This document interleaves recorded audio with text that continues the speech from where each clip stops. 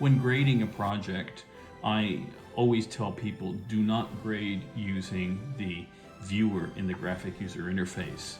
It's always best to have a monitor, a grading monitor connected to your computer, whether it is connected directly to the computer you are using via the clean feed output, or if you have a Decklink card or an Ultra Studio 4K installed on your computer. This will give you the best results, and in this way you can actually see a properly calibrated signal that's going to be sent out to it.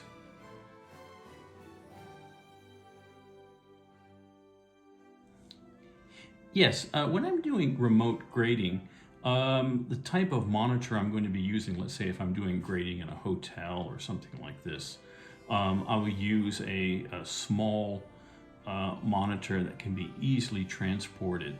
And so, for example, there are things like the PQ22 from Asus, which is a small Dolby Vision monitor which can be connected, and you can use this as your grading display. And then there's also the Asus PA148 CTV, which is a fantastic little monitor that has its own little case, and you can use this when you're doing remote grading, let's say in a hotel, for example. This can be connected either by HDMI or also USB Type-C.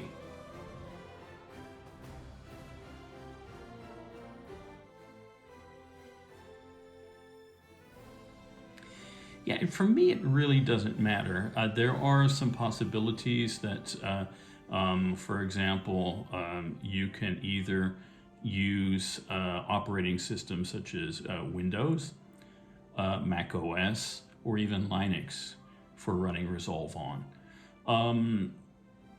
Linux is fine. I usually prefer running Linux when I'm doing it with a workstation environment in a facility. My personal preference then would be using Mac OS, and so for example, if you're using the M1 Pro or the M1 Max processor, and with Mac OS Monterey or even Mac OS Big Sur, it gives you very good results with that. Alternatively, I've done some testing with Windows 11, and Windows 11 OK is quite okay as well, so that's fine.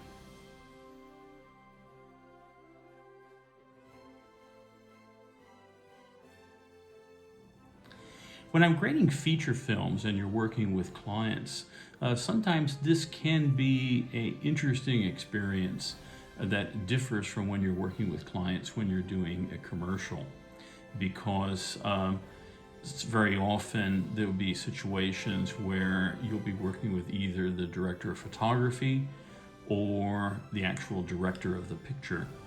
And so usually if they're more technically oriented, and know basically what exactly you're doing when you're doing the color grading, then they usually feel a little more relaxed. If they are the old school directors, then sometimes this can be a little bit more complicated when you're working with it, because then they're not quite sure what to expect and how things are going to work out. But if you are a seasoned colorist and you've worked with the director often, or the director of photography, then it's always a very pleasurable experience.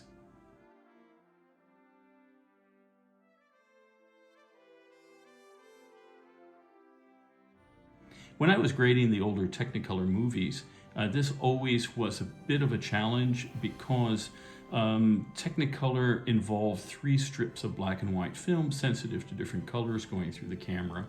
And when they would make the single strip version that would come to me for color grading, this was always without any color grading at all.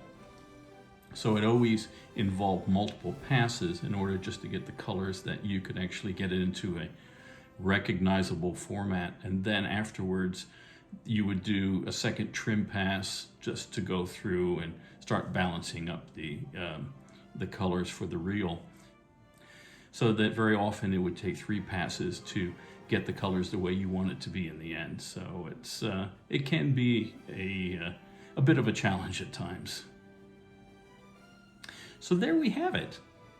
And for more information about training services, don't forget to have a look in the comments below. And for more tips and tricks videos, make sure and have a look at the other videos on my YouTube channel. Don't forget to give me a thumbs up. And also think about subscribing to my channel so this way you can be alerted to all the new videos coming up. Thanks and have a great day.